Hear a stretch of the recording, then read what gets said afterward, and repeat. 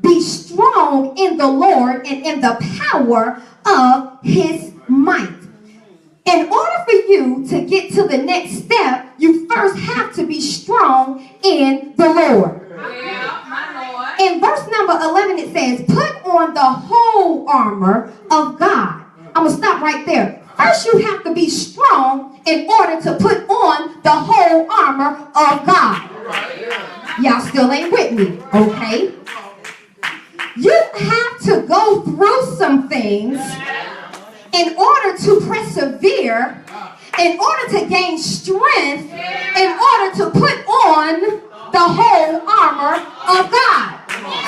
Now, I don't know about you, but there are some things that have had to take place in my life in order for me to gain strength, in order for me to understand, in order for me to know that God is with me, and in order for me to be strong enough to put on the whole armor of God.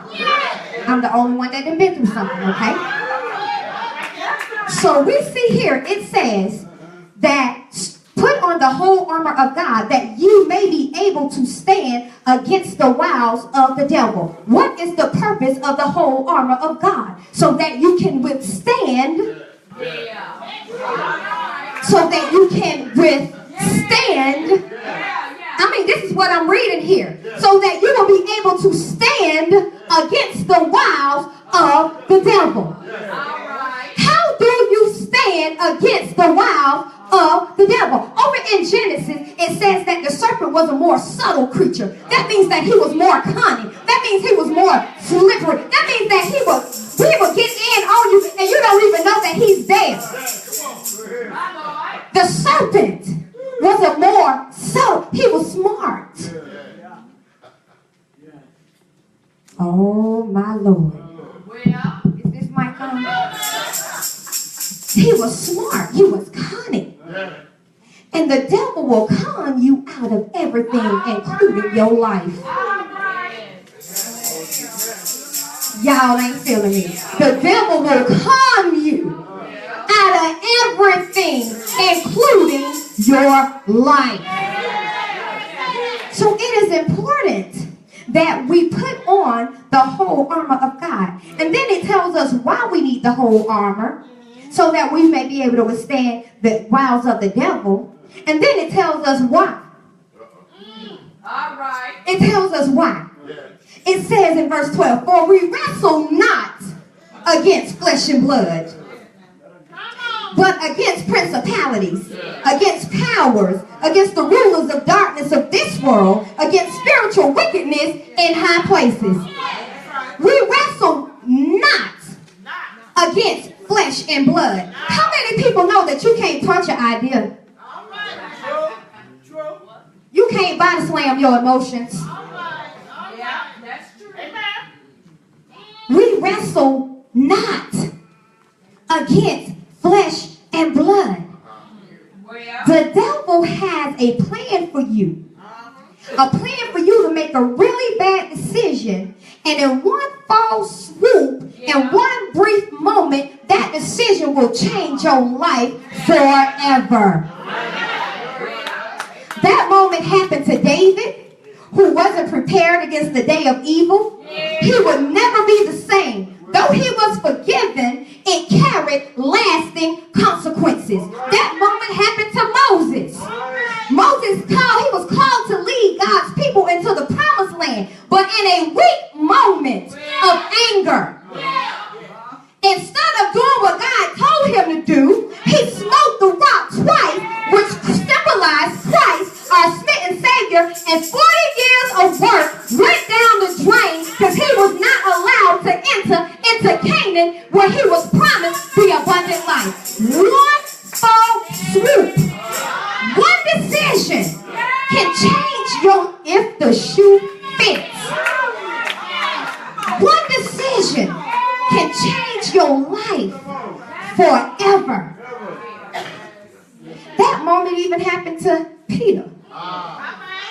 Wasn't he the right-hand man? It even happened to Peter, who denied Christ. And in the history, that is something that could never be undone. done. He did it. Well, He paid for it. well, He did it. One decision can change your whole life. Only the armor of God can withstand the onslaught of Satan. America has a missile defense system, and the Christians need a fiery dart defense system. all right now, my Lord. We are in a spiritual battle as individuals, and we are also in a spiritual battle as a church. What are the signs of real spiritual victory? Souls being saved, discipleship happening, attendance, answer prayers. What is it? What is the sign of real spiritual victory? Even tougher days could be upon us at any time. We need to be able to withstand evil in this day and time. Day after day after day after day after day. Accident after accident after accident. Incident after incident after incident. Children being kidnapped. Children being sold as prostitutes. Men getting killed. Men can't even stop at a traffic stop. What can we do? My Lord. Well, We're in the evil day. well, Now, it goes on to say that we wrestle not against flesh and blood, but against powers, against the rulers of darkness of this world, against spiritual wickedness in high places. well, There is so many spiritual wickedness in high places.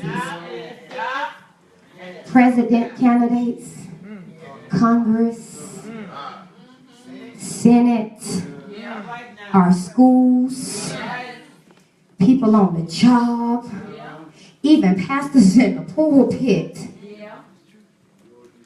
Oh, it got real quiet up in here. Wherefore, take unto you the whole armor of God, that ye may be able to withstand in the evil day, and having done all you can do to stand. Therefore, stand, having your loins girt about with truth. This is the truth, the belt of truth, the belt of truth. This is the center of your body. I want y'all to understand. This is the center of Jesus should be the center. The truth of God should be the center of everything that proceeds out of your mouth, everything that you do, everywhere you go. This shall be the belt. The belt holds you up. It holds your clothes. Holds your clothes up. Without a belt, what is it? You exposed.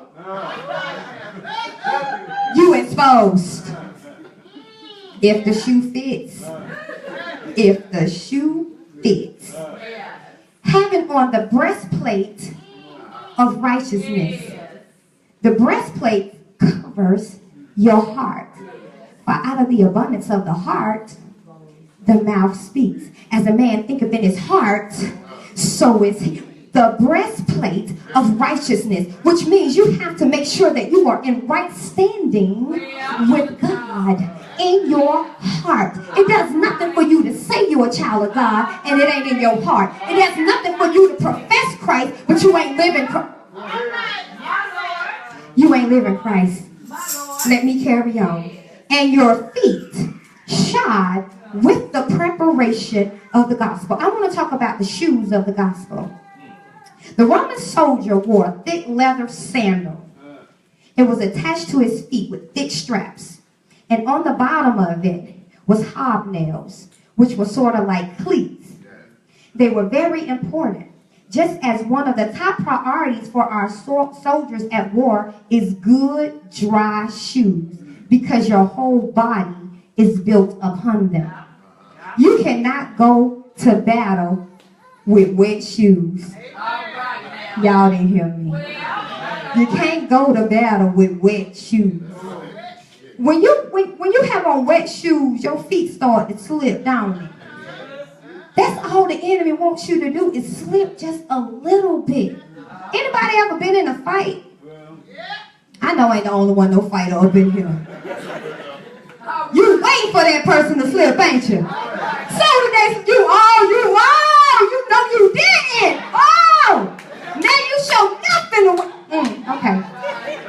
Praise the Lord. Praise the Lord. Oh, me all. Preparation. In verse number 15, preparation means foundation. 4 times in this passage of scripture we are told to stand. A soldier who cannot stand cannot fight. Y'all still didn't get there. A soldier who cannot stand cannot fight. If you cannot stand on the word of God, you can't possibly fight the enemy. If you don't have no foundation in the word, you cannot possibly come up against it. And Paul I know and Jesus I know, but who are you? You have to have a foundation. That's right. Our foundation is the gospel. What is the gospel? The gospel is the good news of Christ. And Satan always tries to pollute and dilute the gospel.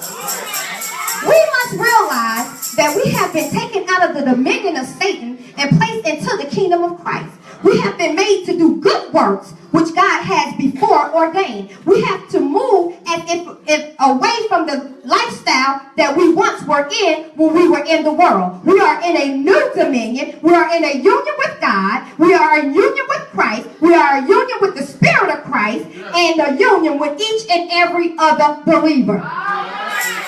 Y'all don't like that. Oh, it's okay that I give my life to God the Father and God the Son and God the Holy Spirit. But what do you mean that I have to give up some things for my neighbor? Our attitudes must change. We must think different. We must feel different. We must talk different. We must act different. Because all of these things are identified as the marks of a believer in God. All right now. As we go to chapter 4, 5, and 6, we see that our practices are discussed. Our position, who we are, our practices on how we live. As the apostle described it, it is defined and set. It sets our standards of living which we are to attain. We also see in chapter 4, 5, and 6 that the way we are to live is different from the world. We are to walk worthy. It is a walk of oneness. It is a walk of unity. It is a walk of different than the world. It is a walk of love. It is a walk of light. It is a walk of wisdom. It is a walk in the Spirit. Our relationships are different.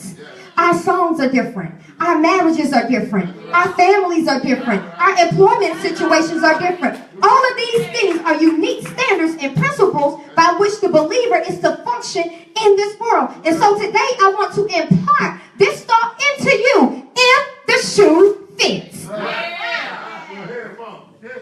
Because the dependence upon God's power and obedience to put on the available armor is the only resource that the believer needs. That's the only way the Bible ever deals with the problem in terms of the individual. The phrase put on in this context means, by the way, put it on once and for all. All right now. Did y'all catch that? Put on. This ain't no game day jersey that you put on when it's time for you to play football. This ain't no game day jersey you put on when you're ready to go shoot hoops. This is the whole armor of God. Once you put it on, it should stay on. You can't take it off. Any piece of the armor that you disassemble and take off, you leave yourself open for the attack of the enemy. My God. My God. And so Paul, who was probably chained to a Roman soldier, as he wrote this, he sees the whole armor of the Roman soldier's uniform. And all of the armor went together. And it provided a perfect illustration of how the believer is supposed to be prepared to fight the enemy. Verse 14 speaks of the armor. The loins are girt about with truthfulness. The breastplate of righteousness. The feet shod with the preparation of the gospel of peace. The shield of faith. the helmet of salvation, and the sword of the Spirit, which is the word of God. The armor refers to the quality of a Christian instead of the function of the Christian. The armor refers to the quality of a Christian instead of the function of the Christian. You are not victorious just because you got on the armor, but because you possess the qualities to wear the armor. Y'all will get it next week. Catch this in your spirit. Paul explains to us why we need the armor of God in verse number 12. It reads, because we wrestle not against flesh and blood, but we wrestle against principalities, against powers, against the rulers of the darkness of this world, against spiritual wickedness in high places. Understand this. You cannot fight an enemy who you friends with.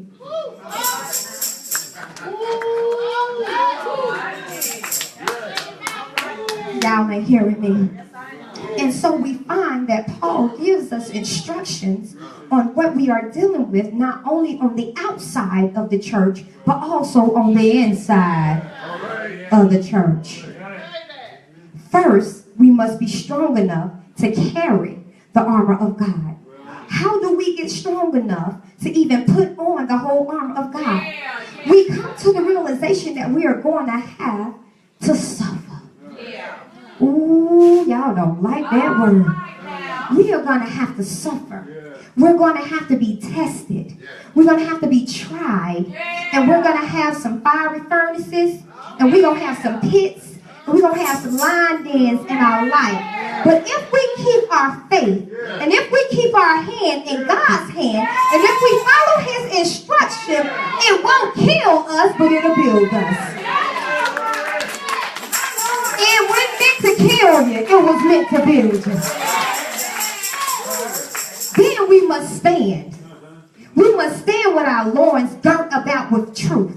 We have to stand on the truth of God's word. We got to know the truth.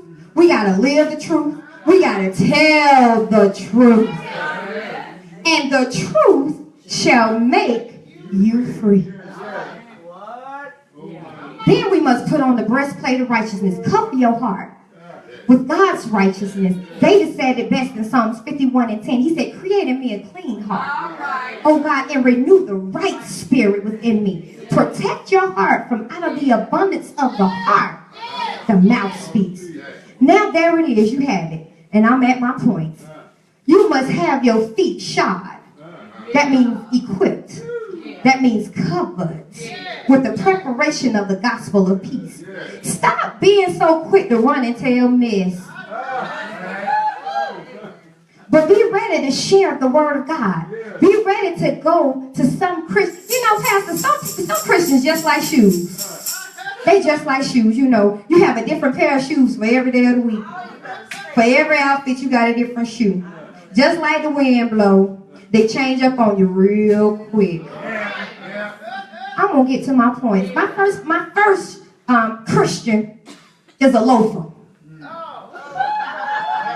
Matthew 25, 26 through 30.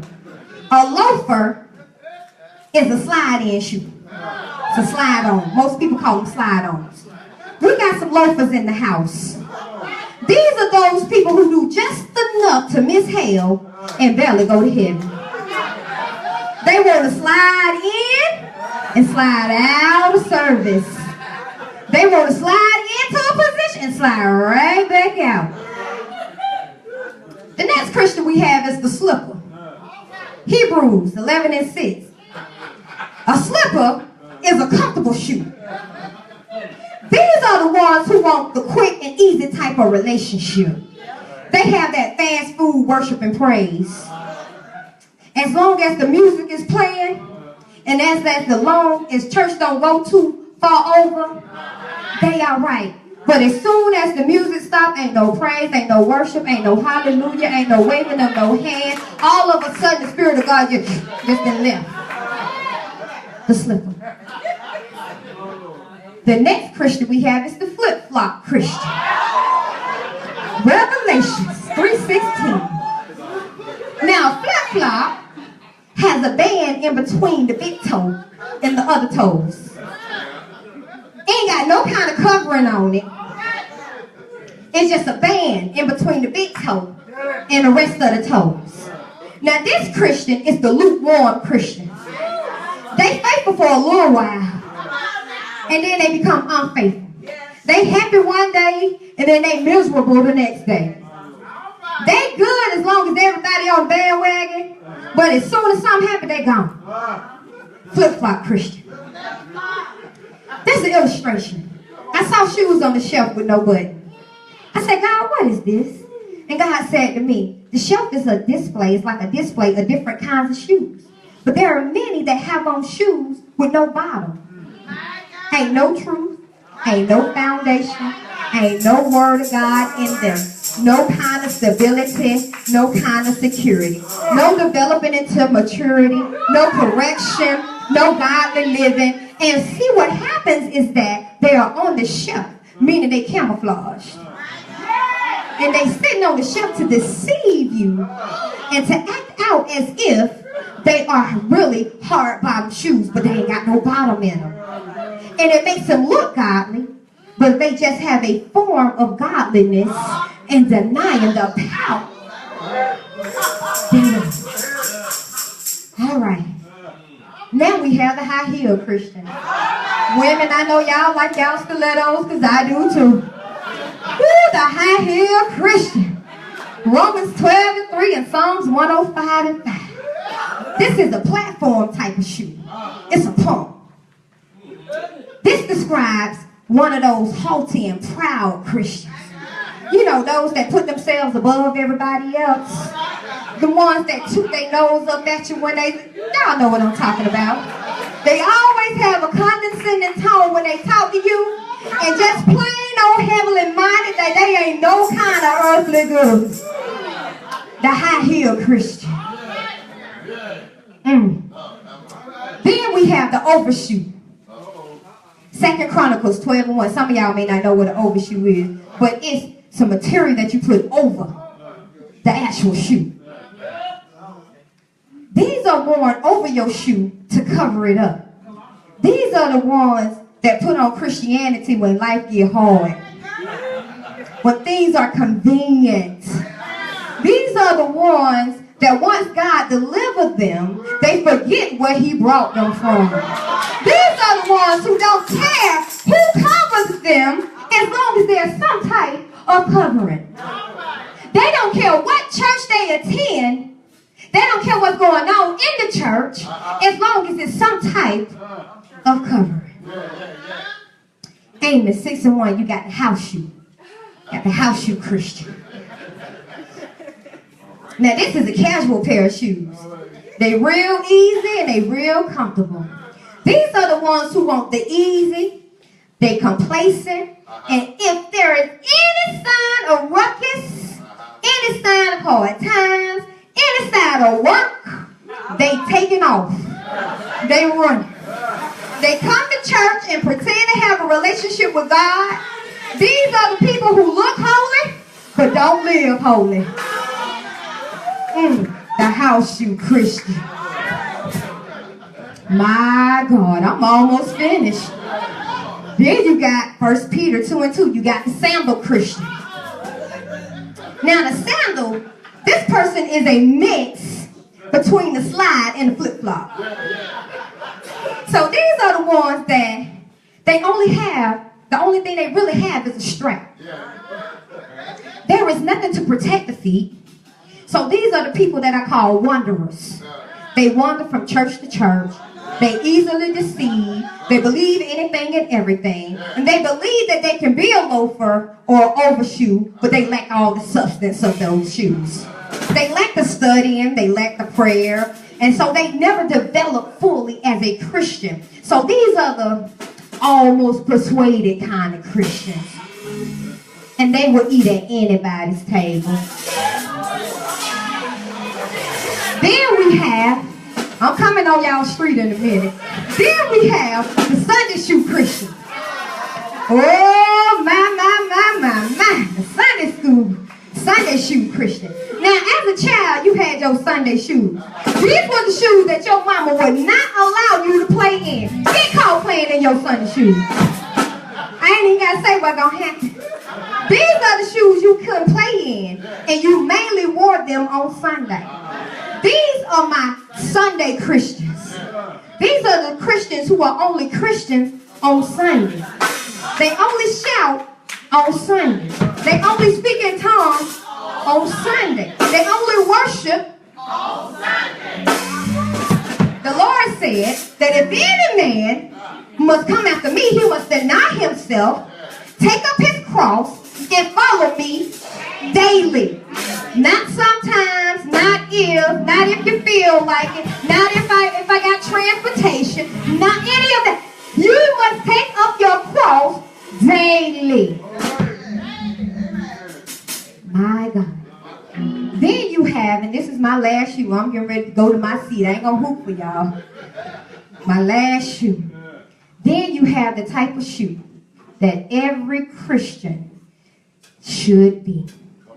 And that every Christian, if you're not there, you should be striving to be this shoe. This is the work shoe. This song is this song. The work shoe. John 3 and 9. This is the shoe you wear when you're getting ready to go to work. Oh, do I have some working Christians in here? This is the shoe you put on when you know work needs to be done. This shoe right here is a steel-toe shoe. Steel-toe shoe. This shoe covers everything. It has the support that you need, which means it has a foundation. This shoe is slip resistant. Oh, y'all didn't get that. It's slip resistant. It's a steel-toe shoe. That means even if something falls on my foot, I can pick it up and pick it. Y'all ain't ready. Y'all don't want to work. This is the shoe that represents the Christian that is equipped, like Paul was talking about. Although it might be beat up, it might be worn out, but this shoe, make no mistake, is the best shoe in your closet. This shoe is the best shoe that you have ever had. The work shoe. The work shoe. The work shoe. It covers your feet and it protects you from the outside particles that might hurt you. This is the Christian that is sure about their salvation. This is the Christian that is covered by the blood of Jesus. This is the Christian who understands that no weapon formed against me shall prosper. This is the Christian that knows that the earth is the Lord and the fullness thereof. This is the Christian that can say by his stripes, I am healed. This is the Christian that ain't scared of the enemy. This is the Christian that can say, get thee behind me, Satan. This is the Christian that has a firm foundation. Glory be to God. Work shoe. You gotta be a work shoe. You gotta put in some work. You got to put in some work. You got to work out your own soul salvation with spirit. You got to put in some work. You maybe fell into the pit, but maybe go from the pit to the path. It's alright. You might be in the lion's den, but you serve the Lion of Judah. Come on now. Hallelujah. Hallelujah. The work shoe. If the shoe fits. If the shoe fits. If the shoe fits. Hallelujah. Amen. Amen. The work shoe. The work shoe. How many work shoes I got here? How many people came to work? There is work to be done in the house of the Lord. There is work to be done in the house of the Lord. There is work to be done in the house of the Lord. There is work to be done in the house of the Lord. God did not take you out of that situation for you to sit on your throne nothing, doing nothing. He didn't tell Lazarus to come forth just for him to look good. Purpose. There's purpose. There's purpose. There is purpose in your life. There's purpose. You don't put on your shoes unless you're going somewhere. You don't put on shoes unless you... How many people got